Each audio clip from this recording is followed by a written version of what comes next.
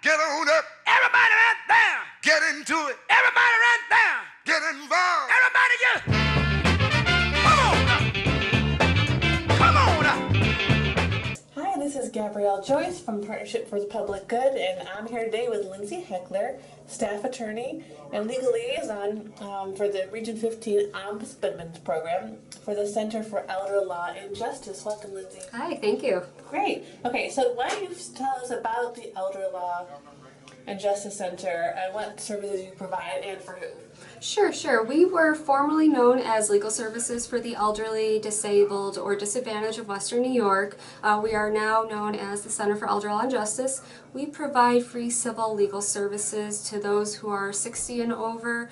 We do have some departments that do not have an age requirement.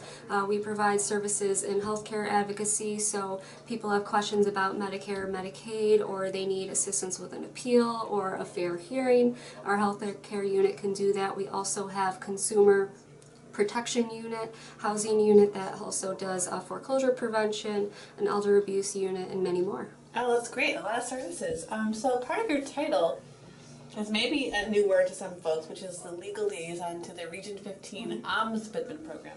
Can you tell us what that program is? Sure. An ombudsman is a resident advocate, and it was created initially under the Federal Older Americans Act, and it requires every state have an ombudsman program. New York State's program is a bit unique. It's housed within the Office for the Aging and has 15 regions. Our region is number 15 and includes Erie, Niagara, Cattaraugus, and Chautauqua counties. So it's about 120 long-term care facilities. And our region is hosted by People Inc. with Lisa Newman as the program director. And an ombudsman is a resident advocate. Okay. And so what that means is that our resident advocates mainly are volunteers. They will go to their assigned facility for a minimum of 2 hours a week, meet with the residents, and hear any of their concerns. Oh, that's great. So a lot of your work centers around nursing home and nursing home rights. So what's important for the public to know about their rights, things they may not know that they should be aware of? Just because you go into a nursing home, it could be for short-term care, so someone going from the hospital to the nursing home for rehabilitative services, or someone who needs to be in the nursing home for long-term care. You don't give up your basic U.S. citizen rights or rights in general. So for example, you have the right to decide when you get up, whether you take a shower or a bath, things of that nature. Okay, that's really good to know.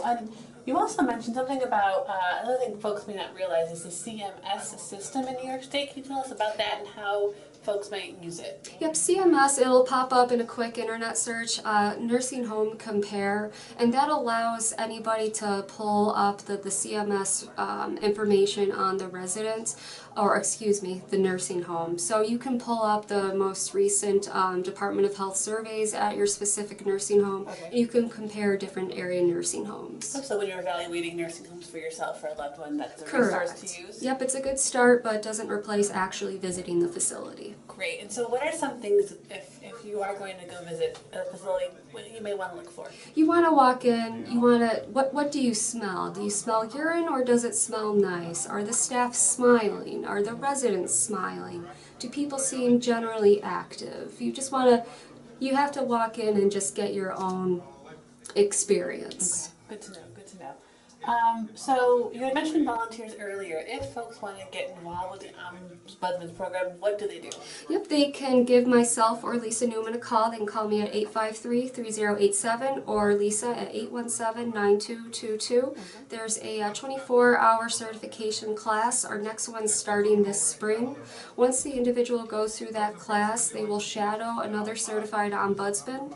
The individual will choose whether they go into an assisted living facility or nursing home, and then once that happens, the ombudsman just goes to their assigned facility for a minimum of 2 hours each week, and they advocate for residents, and they also provide information to the residents and their families. Fantastic. Okay, and so if anyone out there wants to contact your center, how do they do that? They can give me a call at 853-3087. They can also go to our website, elderlawjusticeny.org. All right, Lindsay, thank you so much for being here.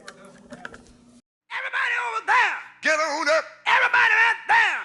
into it. Everybody right there. Get involved. Everybody just